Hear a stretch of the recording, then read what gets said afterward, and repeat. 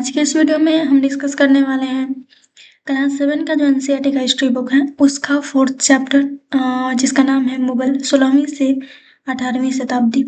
इसके पहले हमने फर्स्ट, सेकंड और थर्ड चैप्टर का ऑलरेडी वीडियो अपलोड कर दिया है, उसको आप प्लेलिस्ट से जाकर देख सकते हैं। तो स्टार्ट करते हैं 4th चैप्टर, जिसमें पहला टॉपिक आता है मुगल शासक के बारे में, मतलब कि और जितने भी मुगल शासक रहे हैं महत्वपूर्ण उनके बारे में। तो हम सबसे पहले देखेंगे बाबर, जो कि 1526 से 1530 तक शासक रहे। 1526 में पानीपत में के मैदान में जो इब्राहिम इब्राहिम लोदी थे और उसके अफगान समर्थक थे, उनको हराया। ठीक है। उसके बाद 1527 में खानवा के युद्ध में राणा संगा और राजपूतों को भी उन्होंने हराया और फिर दिल्ली और आगरा में मुगल नियंत्रण स्थापित किया। सबसे पहले बाबर जो थे मुगल साम्राज्य के शासक थे और उन्होंने दिल्ली और आगरा में मुगल नियंत्रण स्थापित किया था सबसे पहले। और सबसे पहले उन्होंने क्या किया, 1526 में पानीपत के मैदान में इब्राहिम लोदी को और उसके बाद अफगान और उसके समर्थक जो थे उनको हराया। और उसके बाद 1527 में खानवा में राणा संगा और राजपूत और उनके समर्थकों को हराया था। उसके बाद आते हैं हुमायूं 1530 से 1540 तक। तो 1530 की अगर हम बात करें, 1540 में हुमायूं जो थे वो शासक थे और उनको ये जो प्रांत था वो पिता की वसीयत में मिला। मीन्स बाबर के जो थे वो हुमायूं के पिता थे और उन्हीं की वजह से इनको हुमायूं को एक प्रांत मिला। शेर खान ने हुमायूं को 1539 में चौसा में और 1540 में कन्नौज में पराजय कर लिया। 1555 में दिल्ली पर पुनः कब्जा कर लिया। ठीक है। तो शेर खान ने पहले तो हुमायूं को मिला ये प्रांत दिल्ली और आगरा। उसके बाद शेर खान ने इनको हरा दिया चौसा में और फिर 1540 में कन्नौज में भी हराया और उसके बाद 1555 में पुनः कब्जा कर लिया। उसके बाद आते हैं अकबर 1556 से 1605। तो 13 वर्ष की अल्प आयु में अकबर जो थे वो सम्राट बने। 1556 से 70 के मध्य मालवा और गोंडवाना में सैन्य अभियान चलाया, रणथंभौर पर कब्जा किया और 1570 और 1585 के मध्य सैनिक अभियान किया। गुजरात, बिहार, बंगाल, उड़ीसा में अभियान चलाया। 1585 से 1605 के मध्य अकबर के साम्राज्य का विस्तार किया। तो अगर हम अकबर की बात करें तो उन्होंने 13 साल की उम्र में ही सम्राट बन गए और मालवा, गोंडवाना और रणथंभौर पर कब्जा करने के लिए सैन्य अभियान चलाया। उसके बाद गुजरात, बिहार, बंगाल, उड़ीसा में भी सैन्य अभियान चलाया। उसके बाद परिणाम स्वरूप 1585 से 1605 के बीच अकबर के साम्राज्य का विस्तार हुआ। नेक्स्ट अगर हम बात करें तो नेक्स्ट है जहांगीर 1605 से लेकर 27 तक। तो जहांगीर ने अकबर के सैन्य अभियानों को आगे बढ़ाया। मेवाड़ के सिसोदिया शासक अमर सिंह ने मुगलों की सेवा स्वीकार की। इसके बाद सिखों और अहमदनगर के खिलाफ अभियान चलाया जो पूर्णतः सफल नहीं रहा। तो अगर हम जहांगीर की बात करें तो उनका शासन जो था 1605 से लेकर 1627 तक रहा। उसने अकबर के जो सैन्य अभियान थे उसको जारी रखा और मेवाड़ के सिसोदिया शासक अमर सिंह ने मुगलों की अधीनता स्वीकार कर ली। सिखों, अहोमों और अहमदनगर के खिलाफ अभियान पूरी तरह से सफल नहीं हो पाए थे इनका। नेक्स्ट है शाहजहां, जो कि जिनका शासन 1627 से 1658 तक चला। दक्कन में सैन्य अभियान, अहमदनगर के विरुद्ध अभियान जिसमें बुंदेलों की हार हुई और ओरछा पर कब्जा कर लिया। अहमदनगर को मुगलों के राज्य में मिला लिया। तो जो शाहजहां थे वो 1627 से 1658 तक उनका शासन रहा और उन्होंने दक्कन में अभियान चलाया, सैन्य अभियान चलाया। उसके बाद बुंदेलों को हराया और उनके राज्य ओरछा पर भी कब्जा कर लिया। अहमदनगर को मुगल साम्राज्य में मिला लिया। नेक्स्ट है औरंगजेब। औरंगजेब है 1658 से 1707 तक इनका शासन रहा और उत्तर पश्चिम पूरब में ओहमों की पराजय हुई। मारवाड़ के राठौर राजपूतों ने मुगलों के खिलाफ विद्रोह किया। इसका कारण था उनकी आंतरिक राजनीति और उत्तराधिकार के मामलों में मुगल का हस्तक्षेप। मराठा सरदार शिवाजी के विरुद्ध मुगल अभियान प्रारंभ में सफल रहे। औरंगजेब जो थे उनका शासन 1558 से 1707 तक रहा और उसमें अहोमों की हार हुई, उन्होंने पराजय किया और उसके बाद मारवाड़ के राठौर राजपूत ने इनका विद्रोह कर दिया। इसका मुख्य कारण था उनकी आंतरिक राजनीति और उत्तराधिकार के मामलों में मुगलों का दखल। सरदार मराठा शिवाजी के विरुद्ध मुगल अभियान शुरू किए जो कि सफल रहे। नेक्स्ट आता है मुगल साम्राज्य। तो मुगल साम्राज्य की अगर हम बात करें तो 16वीं सदी के उत्तरार्ध में उनको दिल्ली और आगरा से अपने राज्य का विस्तार शुरू किया और 17वीं शताब्दी में लगभग संपूर्ण महाद्वीप पर अधिकार प्राप्त कर लिए। उन्होंने प्रशासन के ढांचे तथा शासन संबंधी जो विचार लागू किए वे उनके राज्य के पतन के बाद भी टिके रहे। आज भारत के प्रधानमंत्री स्वतंत्रता दिवस पर मुगल शासकों के निवास स्थान दिल्ली के लाल किले की प्राचीर से राष्ट्र को संबोधित करते हैं। तो मुगलों की अगर हम बात करें तो मुगल साम्राज्य की, तो मुगलों ने 16वीं और 17वीं सदी में पूरे भारत पर एक विशाल साम्राज्य खड़ा किया। उन्होंने एक मजबूत और टिकाऊ शासन व्यवस्था की जिसका असर उनके खत्म होने के बाद भी रहा। ठीक। और आज उनका बनवाया लाल किला जो है वो भारत की आजादी और संप्रभुता का भी प्रतीक है और वहां पे झंडा भी फहराया जाता है जो कि प्रधानमंत्री हर साल राष्ट्र को संबोधित करते हैं। तो यहाँ पे हम देख भी सकते हैं ये लाल किला है, यहाँ पे हमेशा जो प्रधानमंत्री होते हैं वो हर साल राष्ट्र को संबोधित करते हैं। नेक्स्ट है मुगल के बारे में। तो मुगल जो थे, मुगल के शासक, मुगल के बारे में नेक्स्ट जो टॉपिक है वो है कि मुगल दो महान शासक वंशों के वंशज थे। माता की ओर से वे मंगोल शासक चंगेज खान जो चीन और मध्य एशिया के कुछ भागों पर राज करता था के उत्तराधिकारी थे। पिता की ओर से वे ईरान, इराक और वर्तमान तुर्की के शासक तैमूर जिनकी मृत्यु 1404 में हुई थी के वंशज थे। परंतु मुगल अपने को मुगल और मंगोल कहलवाना पसंद नहीं करते थे। ऐसा इसलिए था क्योंकि चंगेज खान से जुड़ी स्मृतियां सैकड़ों व्यक्तियों के नरसंहार से संबंधित थी। यही स्मृतियां मुगलों के प्रतियोगियों उज्बेकों से भी संबंधित थी। दूसरी तरफ मुगल तैमूर के वंशज होने पर गर्व का अनुभव करते थे क्योंकि उनके इस महान पूर्वज ने 1398 में दिल्ली पर कब्जा कर लिया। उन्होंने अपनी वंशावली का प्रदर्शन चित्र बनवाकर किया। प्रत्येक मुगल शासक ने तैमूर के साथ अपना चित्र बनवाया। तो अगर हम बात करें मुगल के बारे में तो जो मुगल थे वो दो महान और शक्तिशाली शासकों के परिवार से जुड़े हुए थे। माँ की तरफ से अगर हम बात करें, माता की ओर से, तो वे चंगेज खान के वंशज थे जो एक बहुत बड़ा मंगोल शासक था और जिसने चीन और मध्य एशिया के कुछ हिस्सों पर राज किया था। वहीं अगर हम बात करें पिता की तरफ से तो वे तैमूर जिनकी मृत्यु 1404 में हुई थी के वंशज थे जो ईरान, इराक और आज के तुर्की का शासक था। मुगल जो थे वो खुद को मुगल या फिर पहले के टाइम पे मंगोल भी कहा जाता था, मंगोल कहलवाना पसंद नहीं करते थे क्योंकि जो चंगेज खान थे, जो मंगोल के शासक थे, की यादें जो थी वो सैकड़ों लोगों के बड़े पैमाने पर किए नरसंहार से जुड़ी हुई थी। नरसंहार में हत्या से जुड़ी हुई थी जिसे वे पसंद नहीं करते थे। इसके उल्टे अगर हम बात करें दूसरी तरफ तो मुगल तैमूर के वंशज होने पर गर्व करते थे क्योंकि तैमूर ने 1998 में दिल्ली पर कब्जा कर लिया था जिसे वे अपनी बड़ी उपलब्धि मानते थे।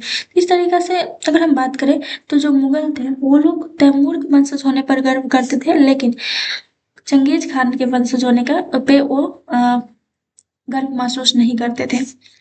इस बात को दिखाने के लिए मुगलों ने अपनी वंश का प्रदर्शन किया और हर मुगल शासक ने तैमूर के साथ अपना चित्र बनवाया ताकि यह दिखाया जा सके कि वह उसी महान परिवार से है। नेक्स्ट जो टॉपिक आता है वो है मुगल सैन्य अभियान। प्रथम मुगल शासक बाबर 1526 से 1530 ने जब 1494 में फरगना राज्य का उत्तराधिकार प्राप्त किया तो उसकी उम्र केवल 12 वर्ष की थी। मंगोलों की दूसरी शाखा उज्बेकों के आक्रमण के कारण उसे अपनी पैतृक गति छोड़नी पड़ी। अनेक वर्षों तक भटकने के बाद उसने 1504 में काबुल पर कब्जा कर लिया। उसने 1526 में दिल्ली के सुल्तान इब्राहिम लोदी को पानीपत में हराया और दिल्ली और आगरा को अपने कब्जे में कर लिया। 16वीं सदी के युद्धों में तोप और गोलाबारी का पहली बार इस्तेमाल हुआ। बाबर ने इनका उपयोग पानीपत की पहली लड़ाई में प्रभावी ढंग से किया। तो अगर हम बात करें मुगल सैन्य अभियान की तो जो प्रथम मुगल शासक थे जो कि 1526 से 1530 तक शासन किए, उनको 1494 में केवल 12 साल की उम्र में फरगना राज्य का उत्तराधिकार मिला, जो कि बहुत ही कम आयु थी। मंगोलों की एक दूसरी शाखा उज़्बेकों के आक्रमण के कारण बाबर को जल्द ही अपना पैतृक गति छोड़नी पड़ी और कई सालों तक भटकने के बाद बाबर ने 1504 में अफगानिस्तान के काबुल पर कब्जा कर लिया था। पानीपत की लड़ाई की अगर बात करें तो बाबर ने 1526 में दिल्ली के सुल्तान इब्राहिम लोदी को पानीपत की लड़ाई में हराया और इस जीत के बाद उसने दिल्ली और आगरा पर कब्जा कर लिया और भारत में मुगल शासन की नींव रखी और मुगल शासन की स्थापना की। 16वीं शताब्दी के युद्धों में तोप और गोलाबारी का प्रयोग होने लगा था, इस्तेमाल होना शुरू हो गया था और बाबर ने पानीपत की लड़ाई में इन तोपों और बारूद का प्रभावशाली ढंग से इस्तेमाल किया और इसकी जीत का एक कारण बना, क्योंकि तोप या हो गया गोलाबारी हो गया ये जो थे उसके वजह से जो पानीपत की लड़ाई थी उसमें बाबर को काफी हेल्प भी मिली जीतने में। नेक्स्ट जो टॉपिक आता है वो है उत्तराधिकार की मुगल परंपराएं। तो अगर हम बात करें तो मुगल ज्येष्ठाधिकार के नियम में विश्वास नहीं रखते थे, जिसमें ज्येष्ठ पुत्र अपने पिता के राज्य का उत्तराधिकारी होता था। इसके विपरीत उत्तराधिकारी में वे शाहदायत की मुगल या और तैमूर वंशों की प्रथा को अपनाते थे, जिसमें उत्तराधिकार का विभाजन समस्त पुत्रों के में कर दिया जाता था। जो मुगल लोग थे वो अपने राज्य को आगे बढ़ाने के लिए खास तरीका अपनाते थे, जो पुराने तरीकों से अलग था। क्योंकि पुराने तरीकों में क्या था कि अ, अगर किसी पिता का अगर पुत्र है, जो सबसे बड़ा पुत्र है, उसी को उत्तराधिकारी दिया जाएगा, उत्तराधिकारी होता था। लेकिन वो ये नियम को नहीं मानते थे। उनका ये मानना था कि जो मुगल शाहदायत की मुगल और तैमूर वंशों की जो प्रथा थी उसको वो मानते थे, और उसके अकॉर्डिंग कि अगर राजा की मृत्यु हो जाती है तो उसके बाद जो उत्तराधिकार है का बंटवारा है उसको उसको क्या किया जाता है कि सभी पुत्रों को, जितने भी पुत्र हैं उनके बीच बांट दिया जाता था। कि किसी एक को उत्तराधिकारी ना बनाकर जितने भी पुत्र हैं उसमें बांट दिया जाता था, और मुगल लोग इसी चीज को मानते थे। नेक्स्ट जो है टॉपिक वो है मुगलों के अन्य शासकों के साथ संबंध। तो मुगलों ने उन शासकों के विरुद्ध लगातार अभियान किए जिन्होंने उनकी सत्ता को स्वीकार करने से इनकार कर दिया। जब मुगल शक्तिशाली हो गए तो अन्य कई शासकों ने स्वेच्छा से उनकी सत्ता स्वीकार कर ली। राजपूत इसका एक अच्छा उदाहरण है। अनेकों ने मुगल घराने में अपनी पुत्रियों से विवाह कर के ऊंचे पद प्राप्त किए, परंतु कईयों ने विरोध भी किया। जहांगीर की मां कछवा की राजकुमारी थी, वह अंबर वर्तमान में जयपुर के राजपूत शासक की पुत्री थी। शाहजहां की मां एक राठौर राजकुमारी थी, वह मरवाड़ जोधपुर के राजपूत की शासक की पुत्री थी। मेवाड़ के सिसोदिया राजपूत लंबे समय तक मुगलों की सत्ता को स्वीकार करने से इनकार करते रहे, परंतु जब वे हारे तो मुगलों ने उनके साथ सम्मानीय व्यवहार किया और उन्हें ये जागीरें वतन जागीर के रूप में वापस कर दी। तो अगर हम बात करें मुगल के अन्य शासकों के संबंध के बारे में, तो मुगलों ने दूसरे शासकों के साथ कई तरह के रिश्ते बनाए, जिसमें लड़ाई और दोस्ती दोनों शामिल थी। मुगलों ने उन शासकों के खिलाफ लगातार अभियान चलाए जिन्होंने उनकी शक्ति को मानने से इनकार कर दिया था। जब मुगल शक्तिशाली हो गए तो कई अन्य शासक ने अपनी मर्जी से उनकी सत्ता स्वीकार कर ली। राजपूत इसका एक अच्छा उदाहरण है। बहुत जो शासक थे उन्होंने क्या किया कि मुगल घराने में उनकी जो बेटी थी उनकी शादी करके अच्छे और ऊंचे पद प्राप्त कर लिए। जैसे कि जो जहांगीर की माँ थी वो कछवा राजपूत की राजकुमारी थी, जो अमेर वर्तमान के जो क्या है जो अंबर है वर्तमान में जयपुर में, वहाँ के राजपूत की शासक थी। और शाहजहाँ की अगर माँ की बात करें तो राठौर राजकुमारी थी, वह मरवाड़ जो कि राजपूत जो जोधपुर के राजपूत की शासक की पुत्री थी। मेवाड़ के जो सिसोदिया राजपूत थे उन्होंने लंबे समय तक मुगलों की सत्ता को स्वीकार करने से इनकार किया, और जब वे हार गए तो मुगलों ने उनके साथ बहुत सम्मानजनक व्यवहार किया। मुगलों ने उन्हें अपमानित नहीं किया और उनके जागीरों को मतलब वतन को उन्हें वापस कर दिया। नेक्स्ट जो है टॉपिक वो है मनसबदार और जागीरदार। तो मुगलों की सेवा में आने वाले नौकरशाह मनसबदार कहलाए। मनसबदार शब्द का प्रयोग ऐसे व्यक्तियों के लिए होता था जिन्हें कोई मनसब यानी कोई सरकारी हैसियत अथवा पद मिलता था। यह मुगलों द्वारा चलाई गई श्रेणी व्यवस्था थी जिसके जरिए वेतन और सैन्य उत्तरदायित्व निर्धारित किए जाते थे। पद पद और वेतन का निर्धारण जात की संख्या पर निर्भर था। जात की संख्या जितनी अधिक होती थी, दरबार में अभिजात की प्रतिष्ठा उतनी ही बढ़ जाती थी और उसका वेतन भी उतना ही अधिक होता था। मनसबदार अपना वेतन राजस्व एकत्रित करने वाले भूमि के रूप में पाते थे जिन्हें जागीर कहते थे, जो तकरीबन इक्ताओं के समान थी। अंतिम वर्ष में औरंगजेब इन परिवर्तनों पर नियंत्रण नहीं रख पाया और इस कारण किसानों को अत्यधिक मुसीबतों का सामना करना पड़ा। तो अब हम बात करेंगे मनसबदार और जागीरदार के बारे में। तो मुगलों की सेवा में आने वाले नौकरशाह जो होते हैं उनको मनसबदार कहा जाता है। मनसब शब्द का जो प्रयोग होता है ऐसे व्यक्ति के लिए होता है जिन्हें सरकार की ओर से कोई पद या हैसियत मिलती है। यह मुगलों द्वारा शुरू की गई एक श्रेणी व्यवस्था थी जिसके द्वारा किसी व्यक्ति का पद, वेतन और सैन्य उत्तरदायित्व तय किए जाते हैं थे।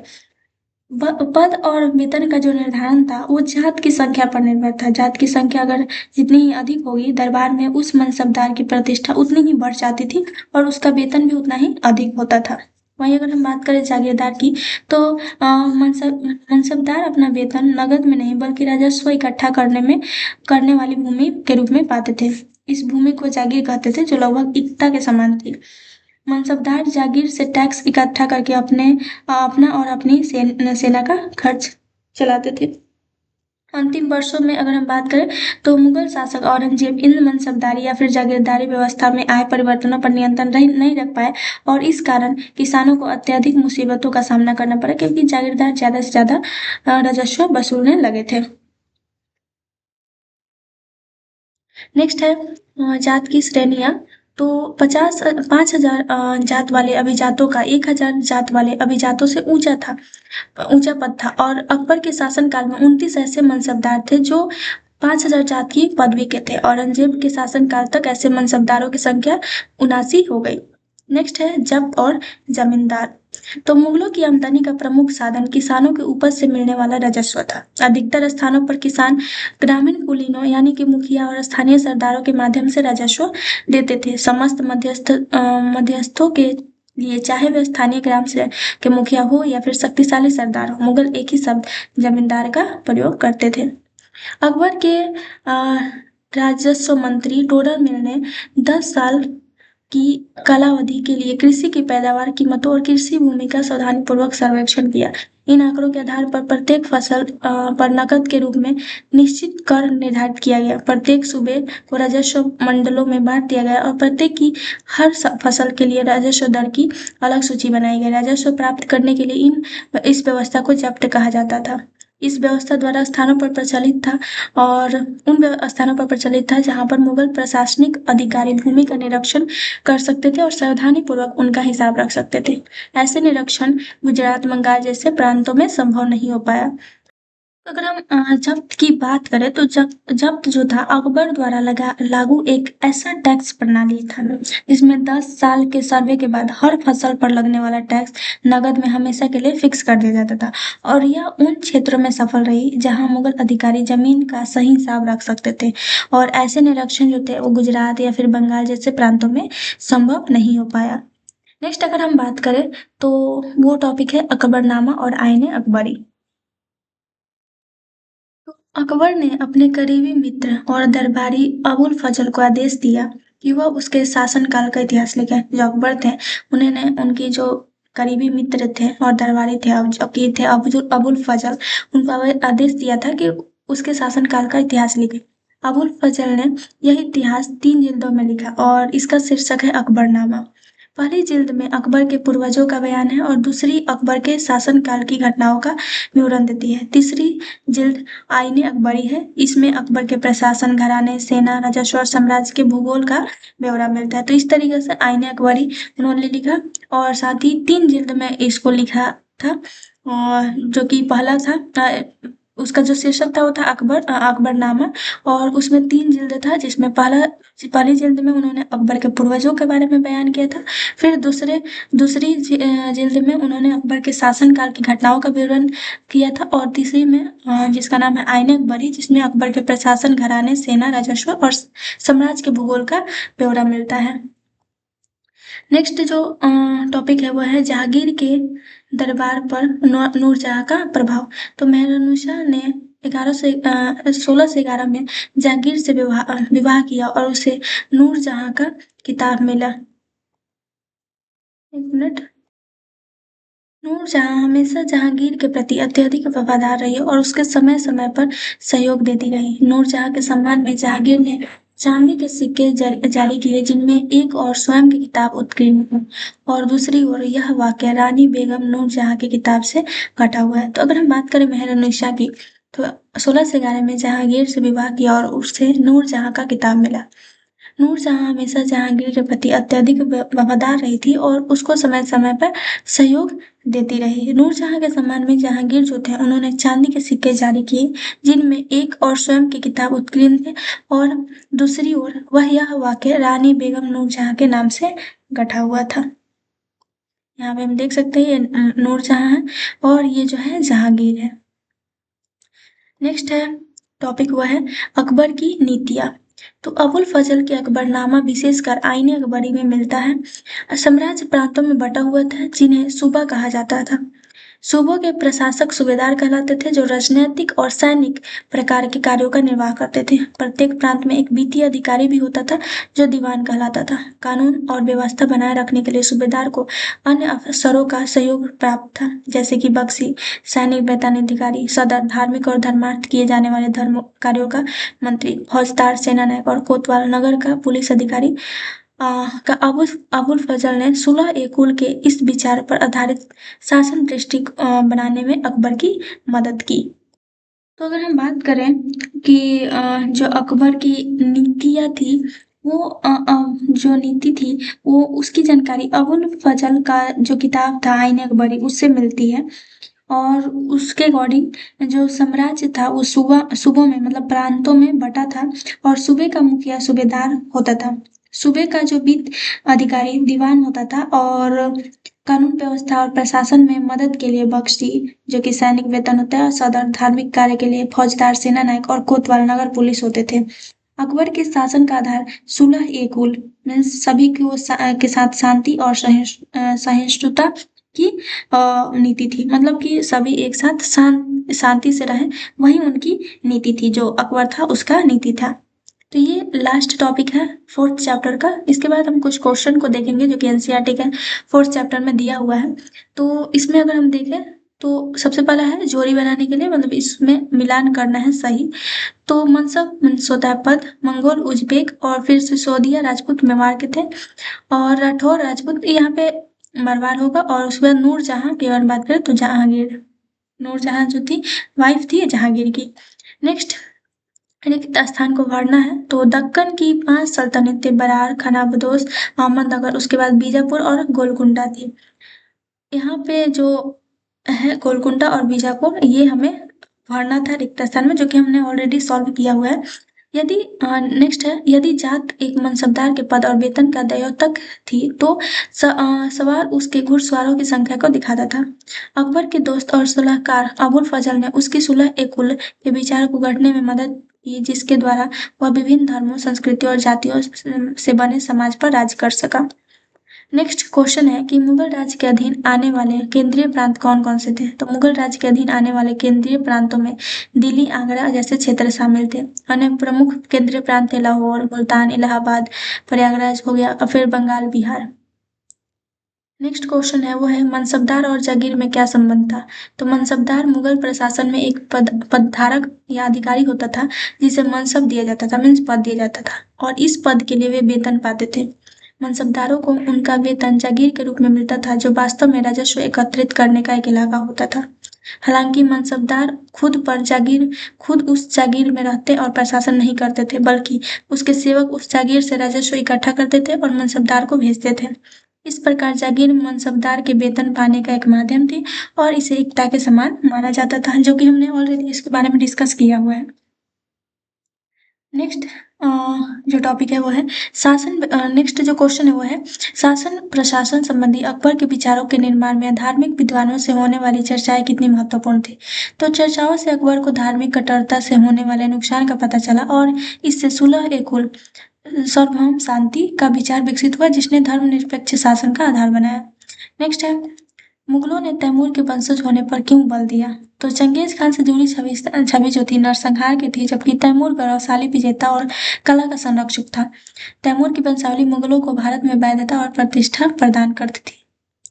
नेक्स्ट क्वेश्चन है मुगल प्रशासन में जमींदारों की क्या भूमिका थी। तो मुगल प्रशासन में जमींदारों की मुख्य भूमिकाएं निम्नलिखित थी। राजस्व संग्रह, वे स्थानीय मुखिया थे जो किसानों में से भू राजस्व भूमि कर इकट्ठा करते थे और उसे मुगल खजाने तक पहुंचाते थे। नेक्स्ट है मध्यस्थता, तो ये मुगल अधिकारियों जैसे मनसबदार हो गए और किसानों के बीच मध्यस्थ के रूप में काम करते थे। नेक्स्ट है सैन्य सहायता, तो आवश्यकता पड़ने पर कई जमींदार मुगल सेना को सैनिक सहायता, घुड़सवार, पैदल सेना की भी प्रदान करते थे। नेक्स्ट है सामाजिक प्रभाव, उनका अपने क्षेत्रों पर गहरा सामाजिक और आर्थिक प्रभाव था, जिससे मुगल प्रशासन के लिए उनकी भूमिका महत्वपूर्ण हो जाती थी। तो ये भूमिका थी जमींदारों की मुगल प्रशासन में। नेक्स्ट क्वेश्चन है शासन प्रशासन संबंधी अकबर के विचारों में के निर्माण में धार्मिक विद्वानों से होने वाली चर्चाएं कितनी महत्वपूर्ण थी। तो शासन प्रशासन संबंधी अकबर के विचारों के निर्माण में धार्मिक विद्वानों से होने वाली चर्चाएं, जो कि इबादत खाना में होती थी, अत्यधिक महत्वपूर्ण थी। विद्वानों में चर्चा अकबर विभिन्न धर्मों जैसे इस्लाम, हिंदू धर्म, जैन धर्म, ईसाई धर्म और पारसी धर्म के विद्वानों के साथ चर्चा करता था। कट्टरता का ज्ञान, इन चर्चाओं ने अकबर को यह जानने में मदद की कि धार्मिक कट्टरता और हठ धर्मिता समाज में विभाजन पैदा करती है और वे एक शक्तिशाली शासक के लिए अच्छी नहीं है। सुलह ए कुल का निर्माण, इन अनुभवों ने अकबर को सुलह ए कुल सार्वभौम शांति के विचार को विकसित करने के लिए प्रेरित किया। नेक्स्ट है शासन का आधार, तो सुलह ए कुल का सिद्धांत न्याय, ईमानदारी और शांति पर केंद्रित था और उसके साम्राज्य को नियंत्रित करने का आधार बन गया, जिसमें सभी धर्मों और समुदायों के लोग बिना किसी भेदभाव के शामिल हो सके। नेक्स्ट है क्वेश्चन वो है मुगलों ने खुद को मंगोल की उपेक्षा तैमूर के वंशज होने पर क्यों बल दिया। तो इसके बारे में हमने डिस्कस किया ऑलरेडी कि मुगलों ने स्वयं को मंगोल और चंगेज खान की उपेक्षा तैमूर के वंशज होने पर बल दिया, क्योंकि चंगेज खान की जो छवि थी, चंगेज खान से जुड़ी यादें हजारों लोगों के नरसंहार से संबंधित थी और मंगोलों का गठबंधन उज्बेकों से था, जो मुगलों के प्रतिद्वंदी थे। तैमूर का सम्मान, दूसरी ओर तैमूर को महान विजेता माना जाता था, जिसने 1398 में दिल्ली पर कब्जा किया था। तैमूर को कला और वास्तुकला का संरक्षक भी माना जाता था।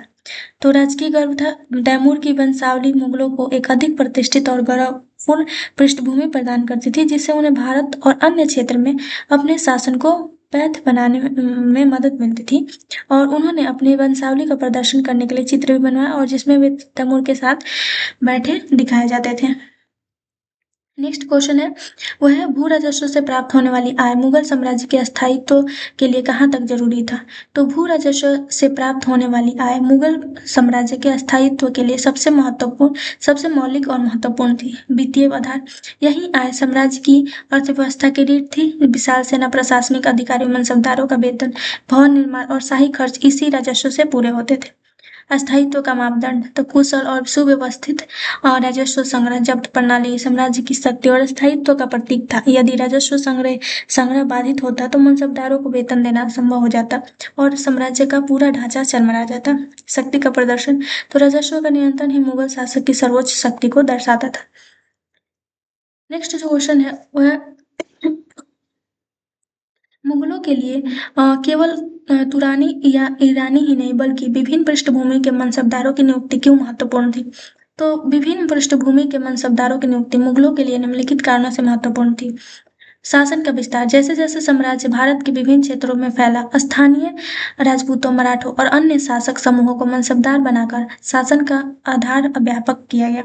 विश्वसनीयता और वफादारी, विभिन्न पृष्ठभूमि के लोगों को शामिल करने से वे मुगल सत्ता के वफादार समर्थक बन गए, जिससे साम्राज्य की नींव मजबूत हुई।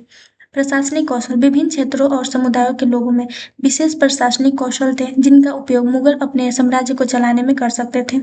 सुलह ए कुल का प्रदर्शन, यह नीति अकबर के सुलह ए कुल के विचार को मूर्त रूप देती थी, जिससे साम्राज्य में सहिष्णुता और समावेशिता का माहौल बना। तो ये कुछ क्वेश्चन था जो कि एनसीईआरटी का जो हिस्ट्री बुक है उसका 4th चैप्टर में दिया हुआ है। और उसके अलावा हमने जितना भी टॉपिक दिया था वो सारे टॉपिक मैंने कवर कर लिए जो कि एनसीईआरटी का बुक में दिया हुआ है। तो आज के लिए बस इतना ही। Thank you.